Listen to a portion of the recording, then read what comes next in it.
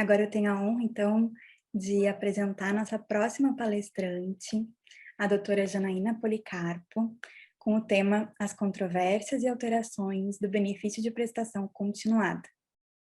A doutora Janaína é advogada atuante há mais de 16 anos, especializada em direito público, previdenciário e empresarial, previdência privada, sócia do escritório Policarpo Advocacia e Associados, membro da SES da OAB-RS e da subseção de São Leopoldo, diretora da aba São Leopoldo, Rio Grande do Sul. Com a palavra, a doutora Janaína. Boa noite, doutora Juliana Noronha, boa noite, doutor Tiago Kidrick. Gostaria também de cumprimentar o nosso querido presidente da aba nacional, doutor Esdras Dantas, e a todos que compõem este painel, agradecer aos organizadores desse evento, ao doutor Paulo Dias, doutora Bianca, a doutora Juliana, o doutor Tiago, a doutora Andréia, por esse evento belíssimo, essa jornada que nos trouxe nesses 3 dias muitas reflexões a respeito dos direitos sociais, tão mitigados e tão, digamos assim, nesses dias que estamos vivendo, esses direitos sociais, eles acabaram sendo violados com tantas reformas, desde a reforma trabalhista, desde a reforma da Previdência, e acredito que esse evento veio coroar tudo isso que nós estamos passando. Digo nós, advogados, e nós, cidadãos brasileiros, que passamos e que vivemos numa inconstância com essa legislação, porque nós temos leis e portarias hoje, e quando acordamos, nós temos outras leis e outras medidas provisórias e essa incerteza jurídica que nós convivemos. Mas, enfim, eu gostaria de fazer hoje uma reflexão a respeito de um benefício, que é o benefício de prestação continuada, o BPC, e todas as alterações, bem como também as controvérsias que esse benefício traz. O BPC ele já foi criado já faz algum tempo e ele faz parte do tripé da Seguridade Social, da assistência social, justamente porque esse benefício ele beneficia as pessoas que não contribuem para a Previdência Social, ou seja, ele beneficia as pessoas que vivem em condições de vulnerabilidade e que necessitam, então, de um apoio do governo federal, da parte assistencial, para se manterem. E esse benefício, à medida em que ele foi concedido para determinadas pessoas, que são os idosos acima de 65 anos, e também aos deficientes físicos, tá? Esse benefício ele foi organizado para que essas pessoas dessas condições de vulnerabilidade, que elas tenham acesso ao mínimo existencial, justamente para poder prestar um mínimo de dignidade da pessoa humana que a Constituição nos ampara. E esse benefício assistencial, a partir do momento em que ele foi criado, ele passou por diversas alterações, mas ele, no geral, ele se manteve na questão dos critérios. Por quê? Dito isso, vou trazer o básico a respeito do BPC-LOAS, tá? Ele é um benefício que ele foi destinado aos idosos e às pessoas deficientes, e essas pessoas deficientes, elas têm que, pelo menos, ter 2 anos para essa incapacidade ser uma incapacidade permanente para o trabalho, e justamente, então, beneficiando não só adultos, mas também crianças, que são portadores de alguma deficiência, alguma comorbidade que incapacite elas para o trabalho. E esse benefício ele foi utilizado com critério, no primeiro momento, para miserabilidade. Depois, esse critério ele acabou sendo relativizado em razão de diversas decisões judiciais que foram parar no tribunal, inclusive com decisões lá do STF, de um tema que tratava justamente sobre a relativização desse critério de miserabilidade.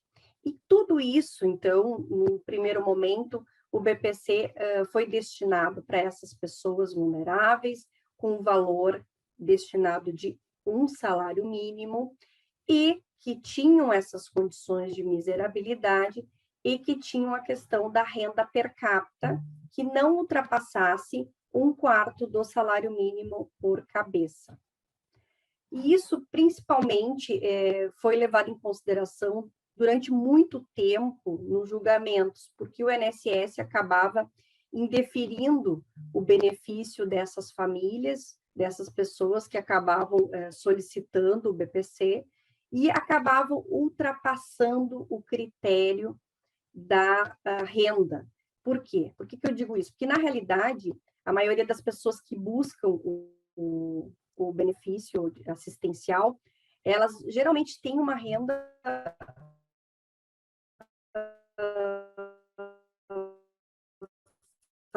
familiar muito abaixo, terem realmente uma deficiência que as incapacite, o benefício ele nem passava mais por essa avaliação da questão da renda, se caso não ficasse comprovado, então, a incapacidade dessa pessoa. Bom, com o tempo, o BPC, então, passou por várias alterações, como eu acabei mencionando anteriormente, e dentre elas, o ano passado, com a questão da pandemia, nós temos hoje, em média, 4,6 milhões de pessoas recebendo o benefício assistencial, e com o auxílio emergencial que foi implantado no ano passado, acabou-se tendo um desconto desse benefício assistencial à medida em que as pessoas acabaram recebendo o auxílio emergencial. Ou seja, a pessoa estava com o pedido de benefício assistencial junto à Previdência e acabava entrando no aplicativo para conseguir concedido uma antecipação desse BPC, desse valor, através do auxílio emergencial.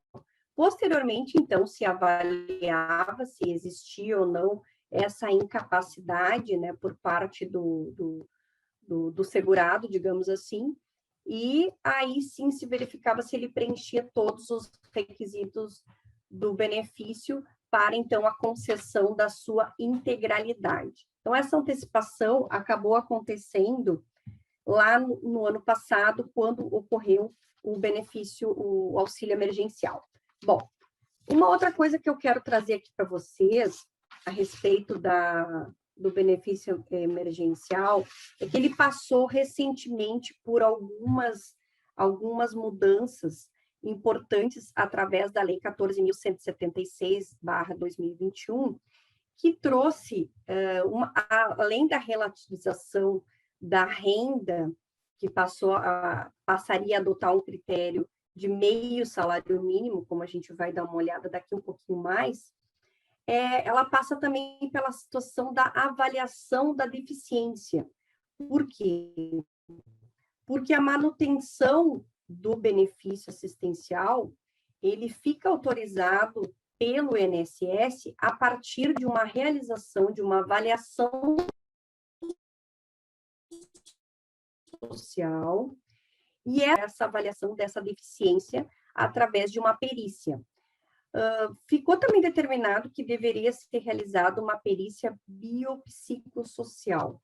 Porém, essa perícia ainda não foi, vamos dizer assim, colocada em prática. O que nós temos hoje dentro do BPC são 2 perícias, quando o segurado, então, faz o encaminhamento, a pessoa faz o encaminhamento da perícia, do benefício, ela acaba podendo hoje agendar através do meu INSS a perícia médica e também a perícia social, certo? Então, ela passa por esses 2 critérios.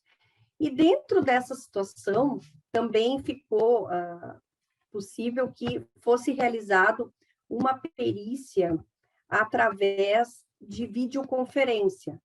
Entretanto, não é o que a gente observa, né, que acontece no nosso dia a dia. A maioria das pessoas hoje, elas acabam tendo que fazer a perícia de forma presencial. A não ser quando nós estávamos com as agências do INSS fechadas em razão da pandemia, e acabaram as perícias não sendo realizadas de forma presencial, o que prejudicou muito esses segurados que estavam aguardando a concessão desse benefício, e hoje a gente tem um represamento muito grande em relação à concessão de todo e qualquer benefício, seja ele o BPC, ou a pensão por morte, ou o salário maternidade, e todos os demais que estão aguardando por essa análise, né, do servidor do INSS. E essa questão da ampliação do limite da renda para esse meio salário mínimo, que poderia sim entrar em vigência, inclusive vai entrar em vigência a partir do dia 1º de janeiro de 2022. Quais são os critérios que são analisados para poder existir essa relativização da renda per capita? Aqui nós temos que tratar de 3 situações que a lei nos trouxe. É a questão do grau de deficiência desse segurado que está buscando benefício. Também, um outro critério é a dependência de terceiro para o desempenho dessas atividades básicas da vida diária. Ou seja, a pessoa que ela está buscando benefício, ela depende de ajuda de um cuidador ou de alguém da família para poder desempenhar as atividades mínimas. E também o comprometimento da renda familiar no que tange ao orçamento, principalmente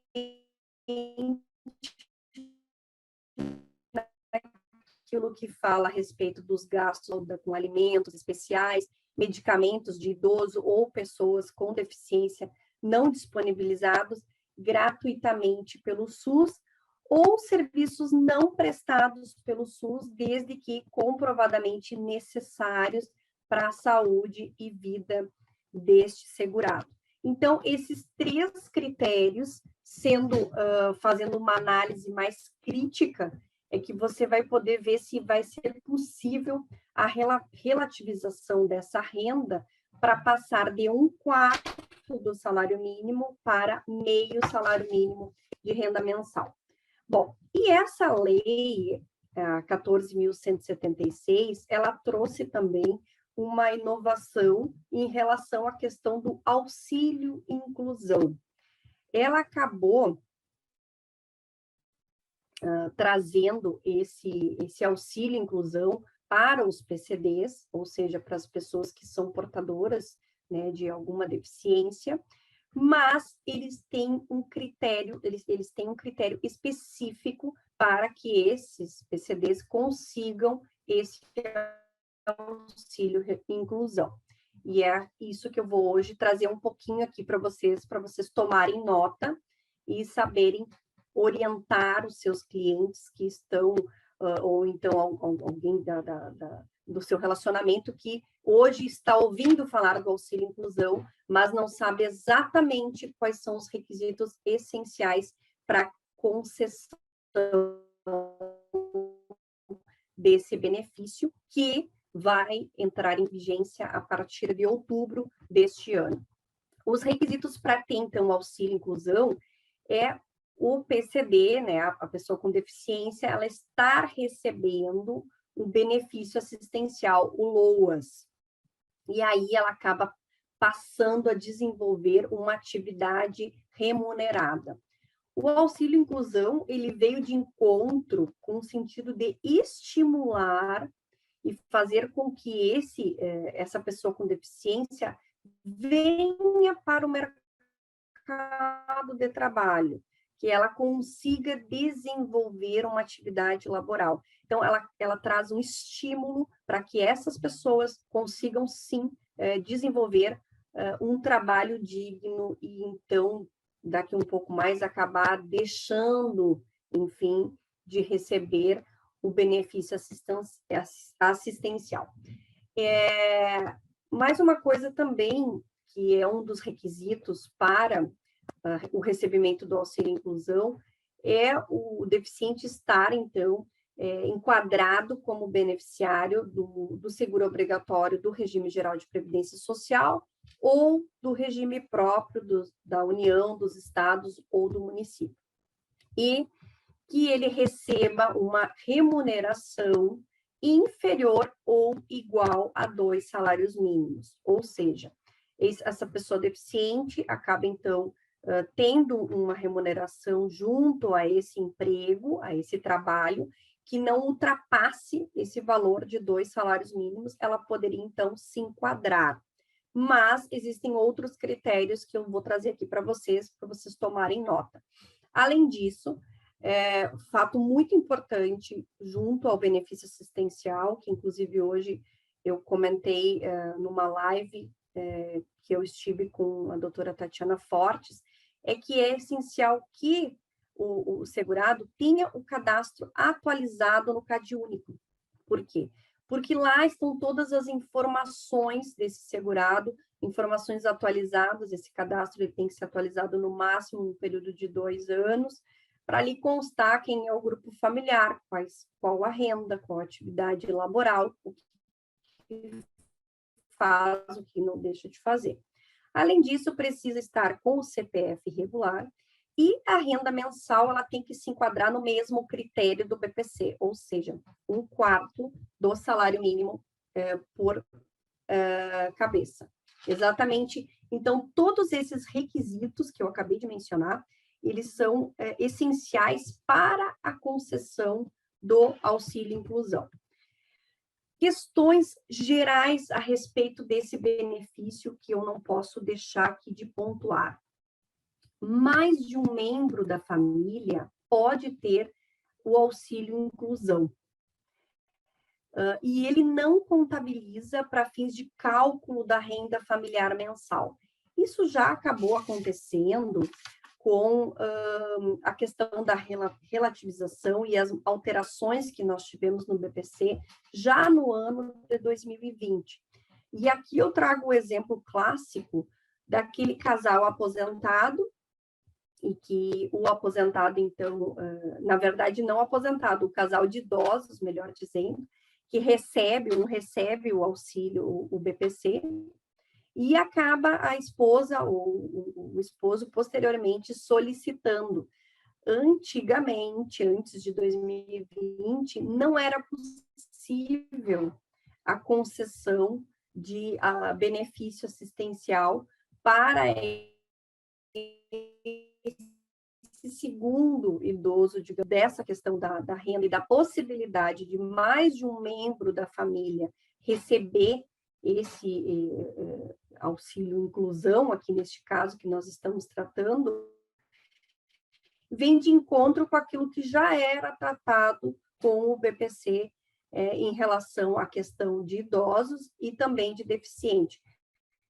E também trago o exemplo de com 2 ou 3 filhos e cada um deles com uma deficiência.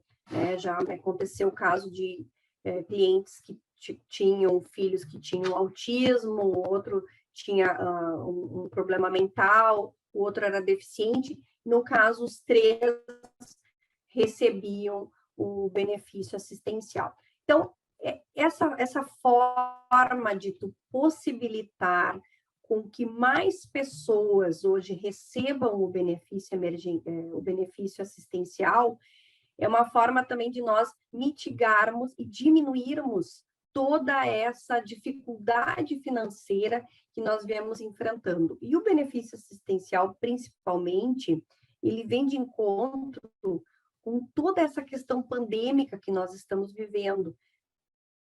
Nosso país hoje acumula mais de 14 milhões de desempregados.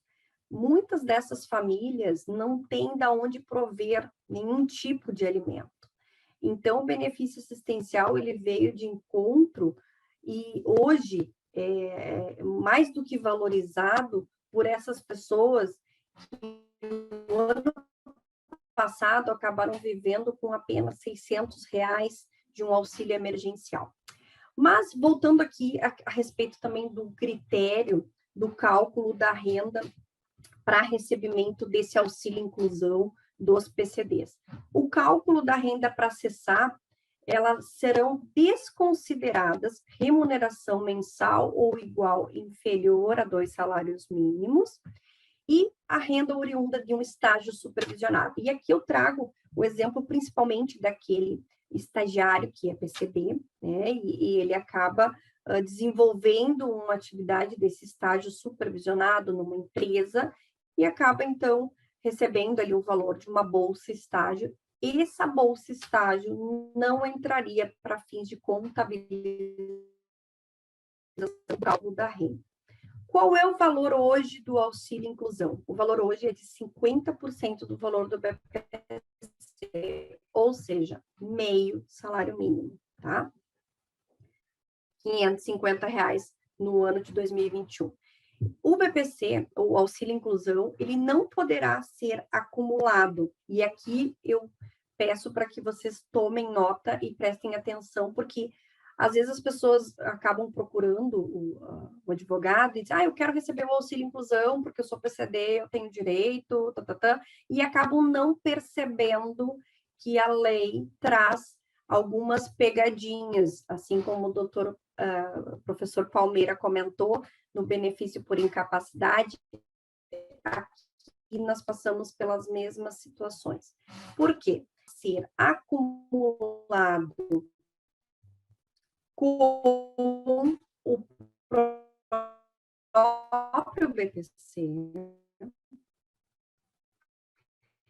ele não pode ser acumulado com a aposentadoria, com qualquer regime de previdência, seja, e também não pode ser acumulado com o seguro-desemprego. Então, caso você tenha contato com algum PCD, algum deficiente que ele está recebendo benefício assistencial e ele se enquadre dentro desse requisito e ele acabe indo, então, para o mercado de trabalho porque ele conseguiu uma atividade laboral, eles têm que ficar cientes de que ele não vai mais receber o BPC. O BPC ele vai acabar sendo cancelado.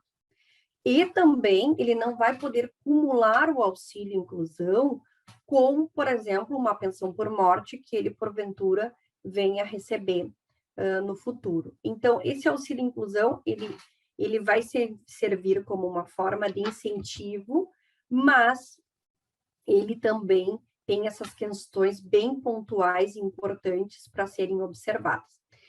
Eu trago também mais algumas considerações em relação ao auxílio inclusão, que ele passará no prazo de 10 anos, isso é uma previsão da própria lei 14.176, por uma revisão.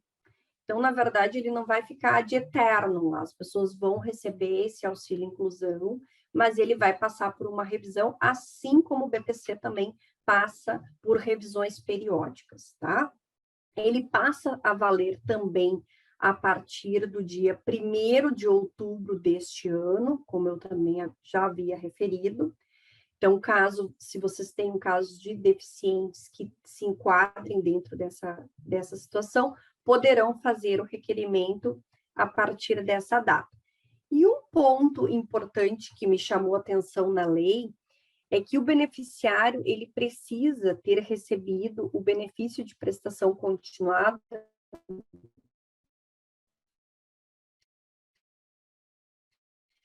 por 5 anos de atividade remunerada.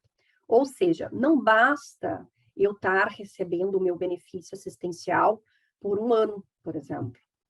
Eu tenho que estar recebendo este benefício pelo prazo, pelo menos de 5 anos, para fazer essa solicitação.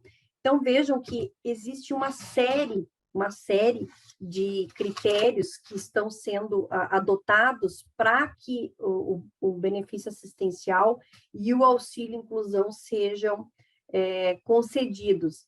Mas nós temos que levar em consideração que a relativização dos padrões de vulnerabilidade dos padrões de renda per capita de meio salário mínimo, como eu mencionei anteriormente, assim como essas questões pontuais relativos aos requisitos para o recebimento do auxílio inclusão, eles vêm de encontro com aquilo que nós já viemos há muito tempo galgando junto com a jurisprudência. Mas ele ainda não é o ideal. Por quê? Porque, na verdade, eu acredito que o benefício de prestação continuada, como ele veio do tripé da parte assistencial da Seguridade Social, ele veio principalmente com a intenção de diminuir as mazelas, as dificuldades e tudo aquilo que tem a ver com a linha da miséria, né? Tirar essas pessoas dessa condição de miserabilidade. Então, na verdade, nós estamos caminhando para uma possibilidade de um aumento de renda per capita, possibilitando assim que outras famílias, outras pessoas tenham acesso ao benefício assistencial. Porém, ainda não é, todavia, o ideal. E o auxílio inclusão, apesar de vir com essa ideia de que ele pode, sim, beneficiar esses PCDs que estão aguardando, que estão, né, por uma possibilidade, de repente, no mercado de trabalho, ele vem com todo esse viés de pegadinhas, de que você vai perder, então, o benefício assistencial, você vai receber apenas o auxílio inclusão, você precisa estar há 5 anos recebendo. Então, todos esses requisitos que eu mencionei anteriormente, eles acabam, então, também dificultando um pouco para que as pessoas optem em receber. E aí acabem indo para o mercado de trabalho, a não ser que o futuro, então, a futura atividade laboral desses deficientes seja realmente de forma muito vantajosa para que eles acabem deixando de receber o benefício.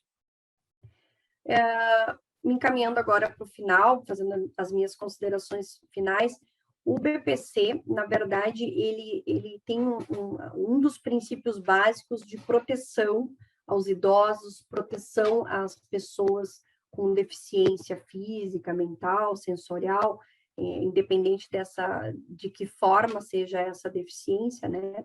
E, principalmente, diminuir a desigualdade social desse nosso país, que acumula aí, nós somos terceiro mundo, somos um país que temos muitas dificuldades financeiras, temos pessoas vivendo abaixo da linha da miséria, e também uma desigualdade muito grande, muito gritante entre as classes existentes hoje. Então, acredito que o auxílio inclusão, ele tenha, vamos dizer assim, dado um passo adiante para que a gente consiga mitigar um pouco de toda essa dificuldade que a gente vem passando e agravada principalmente pela questão da pandemia. Acredito que o ano que vem, como essa questão da renda de meio salário mínimo vai ser implantada a partir de janeiro de 2022, e também a entrada em vigor da Lei 14.176 a partir de outubro de 2021, nós vamos conseguir enxergar uma luz do fim do túnel. E